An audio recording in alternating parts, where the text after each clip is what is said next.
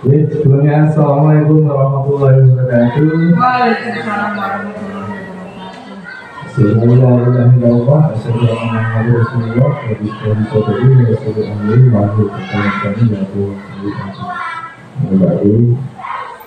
Yang pertama, saya hormati Ibu Kepala SDM Negeri Tegal di Dunia, yang saya hormati pula Bapak Ibu Guru SD Negeri Tegal ini. Pertama-tama mari kita selalu berdoa bersyukur kepada Allah Subhanahu wa Ta'ala karena karunia kita dapat berkumpul dalam keadaan sehat dan tidak merasa bahagia. Salawat serta salam kalimat kita aturkan pada Nabi kita, Nabi Muhammad SAW yang kita tuju syahadanya di dalam sebelumnya saya ucapkan terima kasih atas kesempatan pada pagi hari ini yang Bapak Ibu meluangkan waktu untuk dalam rangka tugas seminasi saya dari program terkait PJK pengembangan kompetensi guru pendidikan jasmani dan olahraga kesehatan. Nah di sini perlu Bapak Ibu ketahui dalam modul 3 ini membahas tentang pembelajaran berbasis proyek. Nah dalam modul ini dititikberatkan pada memaksimalkan komunitas belajar yang ada di sekolah. Jadi di SD Negeri 3 ini seperti pada waktu dulu sudah kita bentuk komunitas belajar walaupun ya masih belum terjadwal tapi sudah ada dan sudah pernah dilaksanakan. Dan untuk mengisi aktivitas lagi dan juga bisa istilahnya menunjukkan kegiatan komunitas belajar biar kita bisa belajar bersama. Nah di sini saya dalam tugas ini mengambil tentang tema berbastik. Berbastik itu adalah gerakan olah limbah plastik. Kalau di kemarin di puskesmas sedikit ya, tapi kan di berbastik di puskesmas ini adalah tentang gerakan olah limbah plastik. Nah, mungkin Bapak Ibu dulu bertanya kok olahraga itu apa gunanya kalau berbastik itu apa gitu. Nah, ini tujuan dari pembelajaran berbasis proyek ya. Nanti istilahnya tidak hanya bermanfaat bagi mata pelajaran juga, tapi juga bisa berkorelasi dengan mata pelajaran lain. Contohnya kalau berbastik kan, kalau di olahraga itu bisa mengolah sampah plastik jadi sarana untuk penunjang pembelajaran PJK. Contohnya nanti ada yang botol itu dikasih pun seperti itu. Kalau di kaitannya dengan seni rupa kan bisa berkreasi anak-anak. Terus mungkin di mapel kipas tentang itu daur ulang ya, gitu. Itu juga bisa dimasukkan dalam program minimal dan lain. Ya, saya Pak. Nah, untuk latar belakang saya memilih berbastik ini yang pertama adalah tentang pemikiran kehidupan. Pendidikan umumnya berarti daya upaya untuk memajukan perkembangan hidup pekerti, kekuatan batin, pikiran intelek dan jasmani anak-anak. Nah, di sini kurikulum merdeka sangat berkaitan sekali tentang pemikiran kehidupan yang jumlahnya pembelajaran yang berpihak pada peserta didik. Dan untuk latar belakang yang kedua adalah kurangnya kepedulian hidup bersih dan sehat di lingkungan sekolah, terutama anak-anak ya. Kita banyak kali ya ada yang jajan es anak-anak, terus juga membuang sampah pada tempatnya, terus dan sebagainya. Banyak contoh-contoh yang mungkin masih perlu ditingkatkan lagi untuk kepedulian hidup bersih dan sehat. Yang ketiga adalah sampah plastik yang sulit dikendalikan di sekolah. Kita tahu bahwa limbah plastik itu adalah limbah yang sangat tidak bisa didaur ulang, maksudnya diolah lagi ya, hanya bisa didaur ulang dalam bentuk lainnya. Nah ini makanya kenapa menjadi latar belakang dari program ini. Yang keempat adalah sampah plastik untuk bisa jadi untuk bisa manfaat dalam pembelajaran. Nah tidak hanya dalam PJOK ya, khususnya kalau saya kan geografi bisa bermanfaat bagi mata pelajaran lain, seperti Pak Hasim dulu pernah memaksimalkan ya dari botol-botol hewan itu ya, bisa dari mata pelajaran apa Pak? Saya lupa ya Pak, saya lupa. Nah ya nanti apa istilahnya ya, kedepannya juga bisa bertoleransi. Jadi tidak hanya saya bergerak dari PJOK untuk sampah plastik, tapi Bapak Ibu juga bisa memanfaatkan sampah plastik untuk pembelajaran. Dan yang terakhir adalah penerapan pendidikan juga. Ya, kalau di dalam PJOK tentu saja nanti produk yang akan dihasilkan nanti akan dimanfaatkan dalam pembelajaran PJOK. Nanti juga di dalam sekolah, lingkungan sekolah mungkin bisa jadi karya-karya yang tidak bernilai menjadi bernilai.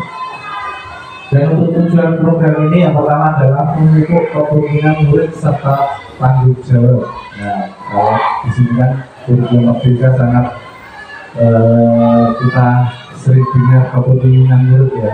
Jadi pembelajaran itu berasal dari kita ini sebagai fasilitator yang menjadi sopirnya adalah peserta didik dari dan untuk siswa.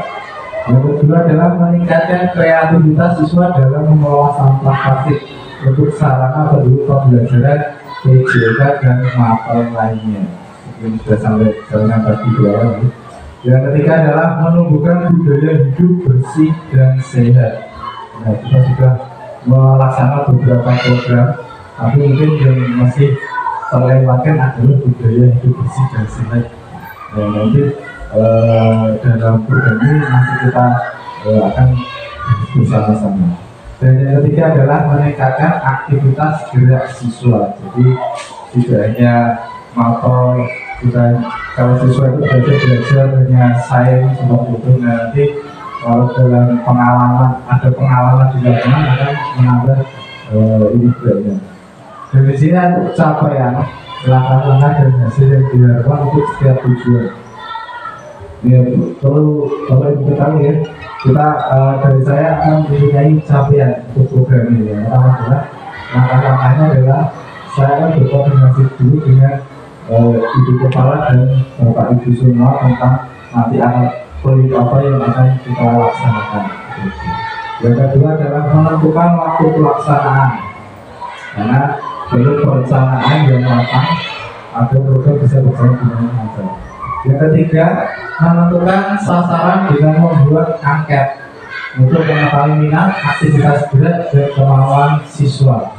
Ini berkaitan capaian yang ingin digapai untuk mempersiapkan apa saja yang dibutuhkan dalam pembelajaran.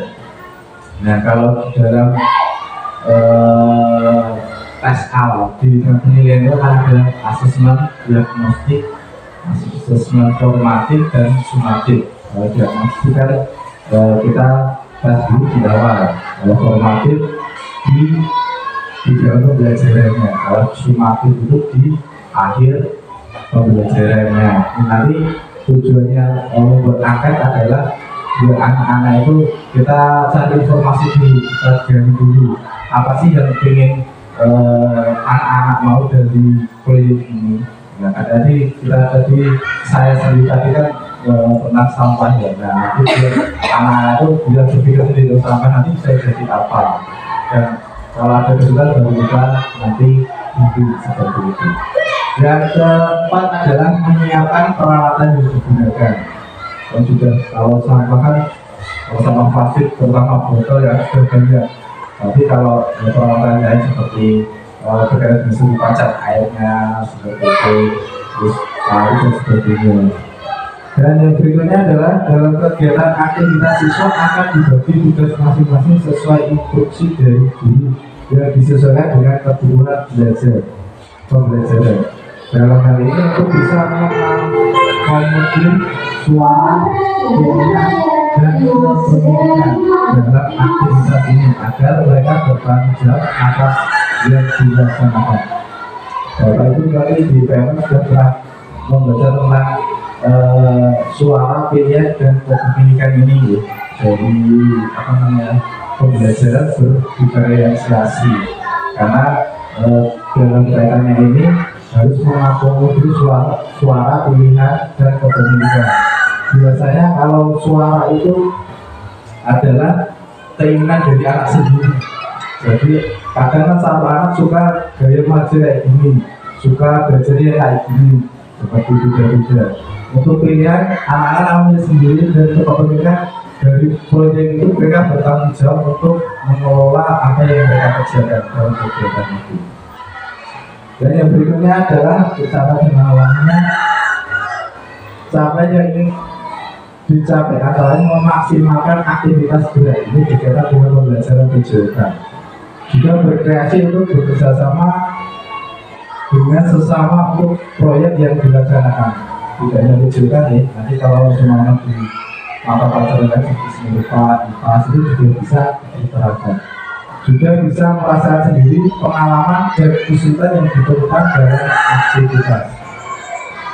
Yang berikutnya dan pada intinya juga menanamkan nilai-nilai profil pelajar Pancasila pada siswa pada suatu pembelajaran atau aktivitas.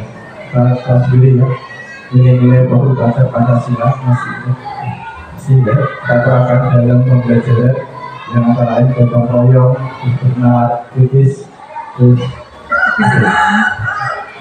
kenapa budaya gitu ya, dan sebagainya. Dan yang terakhir sampai dalam lahannya adalah evaluasi dan refleksi kegiatan untuk kita mengetahui nanti apa yang harus ditingkatkan dari kekurangan yang ada. Mungkin kalau kemudian kita bisa pertahankan dan bisa dipakai dalam proyek selanjutnya.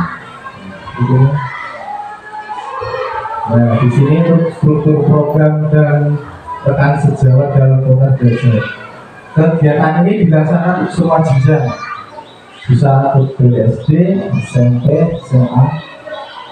Kegiatan ini bisa dilaksanakan pada pembelajaran sesuai materi dan juga kegiatan kelima. Tapi dalam hal ini kita akan fokuskan pada kurikuler, ya bukan ekstrakurikuler, bukan ekstrakurikuler. Kalau P5 itu bisa, tapi nanti kita bisa juga dimasukkan dalam pembelajarannya, kurikulernya dalam pembelajaran. Untuk jenjang SD dapat melibatkan kelas rendah dan kelas atas. Namun untuk sasaran lebih cenderung kelas atas yang sudah sedikit matang dan siap. Kalau untuk anak kelas bawah kan biasanya belum terlalu bisa, misalnya apa ya, kita ajak untuk bekerja sama, masih terlalu nurut istilahnya seperti itu. Dalam kegiatan ini Bapak Ibu guru terlibat secara penuh sebagai pendampingan peserta didik untuk proses kegiatan, karena satu makhluk dengan lainnya saling berkaitan. Nah, di sini kita di sekolah kita itu banyak mempunyai aset-aset yang bisa dimaksimalkan ya. Kalau di dalam kurikulum merdeka itu kita istilahnya aset apa namanya, berbasis aset, kekuatan berbasis aset gitu. Aset berbasis kekuatan maksudnya gitu. Seperti itu kan ada yang kelemahan, ada yang kekuatannya. Kita mempunyai aset diantaranya adalah modal manusia. Kita mempunyai sekolah, tenaga pendidik, juga siswa seperti itu. Untuk modal fisik kita mempunyai sarana prasarana dan alhamdulillah juga dengan luas. Untuk modal sosial kita berhubungan baik dengan keluarga ya, kita tidak apa-apa juga maksudnya dalam sekolah, kegiatan sekolah selalu berkomunikasi dengan orang tua. Dan yang terakhir adalah modal finansial yang sebagai sumber utama dari pendanaan, yaitu dari BPS atau terus tempat-tempatnya ada operasional satuan pendidikan. Nah, ini bisa kita maksimalkan karena kita sebagai guru profesional ya, ada 1, 2, 3 sertifikasi bahwa sudah bisa profesional dan ada yang tambah lagi juga bisa sebagai modal manajemen itu. Dan untuk nantinya pada kegiatan nanti akan ada evaluasi. Nah, evaluasinya bentuknya apa? Yang pertama adalah upah dari guru maupun siswa. Nah, dari guru nanti saya akan kolaborasi dengan Bapak Ibu semua. Program itu kalau sudah berjalan kita sudah tahu kekurangannya ini, nanti akan saya istilahnya tanya apa sih kekurangan yang harus ditingkatkan seperti itu dan apa yang menjadi kekuatan nilai plus dari proyek ini. Dan yang kedua adalah melakukan wawancara atau kuesioner. Kalau biasanya anak SD itu kalau diwawancara kan malu-malu, bisa nanti dari bentuk kuesioner. Kuesioner itu kita sudah memberikan pertanyaan, nanti tinggal memilih nanti kriteria kalau senyum sudah senang sekali, puas, atau ada yang cemburu mungkin ada tidak tertarik di ini dan sebagainya.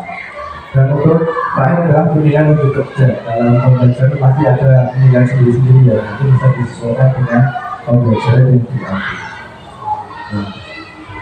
Nah di sini untuk tantangan pasti akan banyak tantangan di sebuah proyek ya, karena sebuah kegiatan itu tidak bisa langsung berjalan dengan lancar. Nah di sini mungkin kemungkinan tantangannya yang pertama adalah jadwal yang bersama dengan kegiatan yang lain atau mungkin berbeda.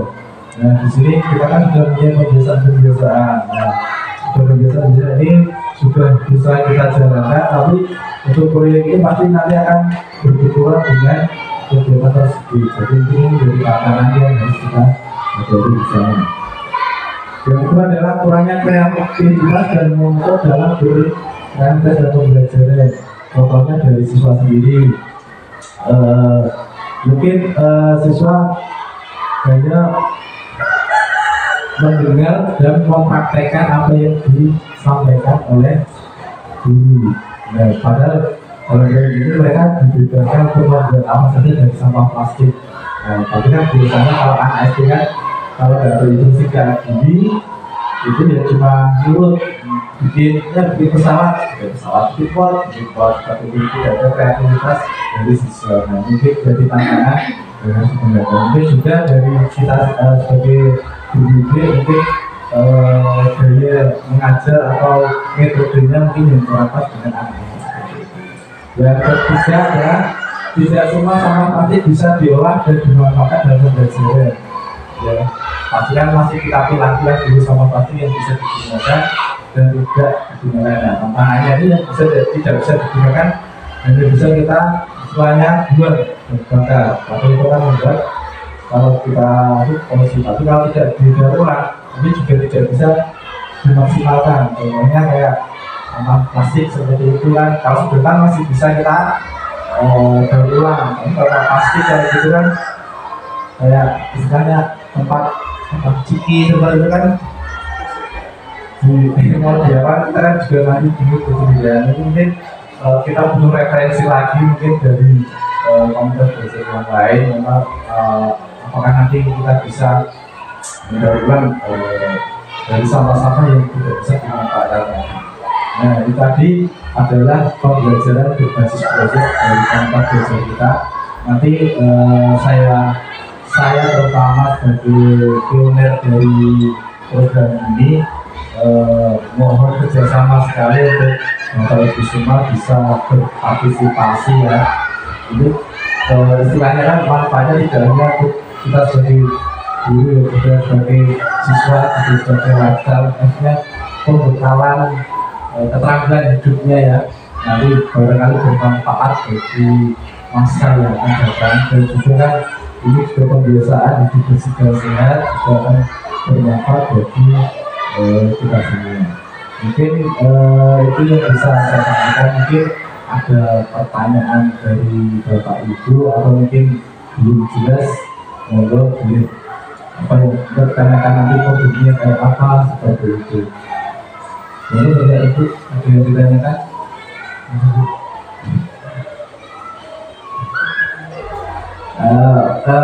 menambahin lagi ya. Jadi untuk produk yang dihasilkan itu adalah yaitu tentang sampah plastik yang kita kelola sendiri. Jadi contohnya kalau BJOK ya, kan kayak ada pembatas itu ya. Kalau di BJOK itu nanti rencananya kan produknya nanti salah satunya ya adalah botol itu, botol-botol air mineral itu dikreasikan anak-anak itu bisa jadi pembatas dalam usaha olahraga.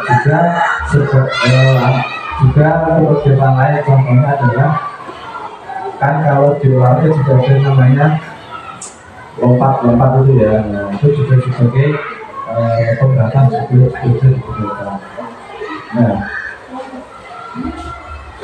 Nah, mungkin untuk seni rupa juga ya, ini bisa didiskusikan kita sama-sama nanti produk plastik apa yang akan kita hasilkan, produknya nanti ini akan kita bahas bersama-sama. Mungkin ada teman dari itu, ada ya. Nah, saya harapkan dari komunitas belajar kita ini akan menghasilkan sesuatu ini, walaupun istilahnya kayak cuma gerakan kecil, tapi kalau kita biasakan dalam aktivitas di sekolah akan menjadi karakter siswa juga. Jadi kalau dari terutama kita dari guru sekolah dasar yang menjadi karakter, itu begitu sekali dalam kehidupan sehari tentang kebiasaan anak itu bersih.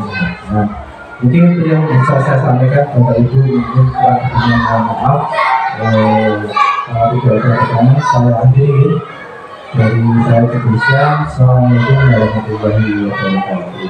Waalaikumsalam warahmatullahi wabarakatuh.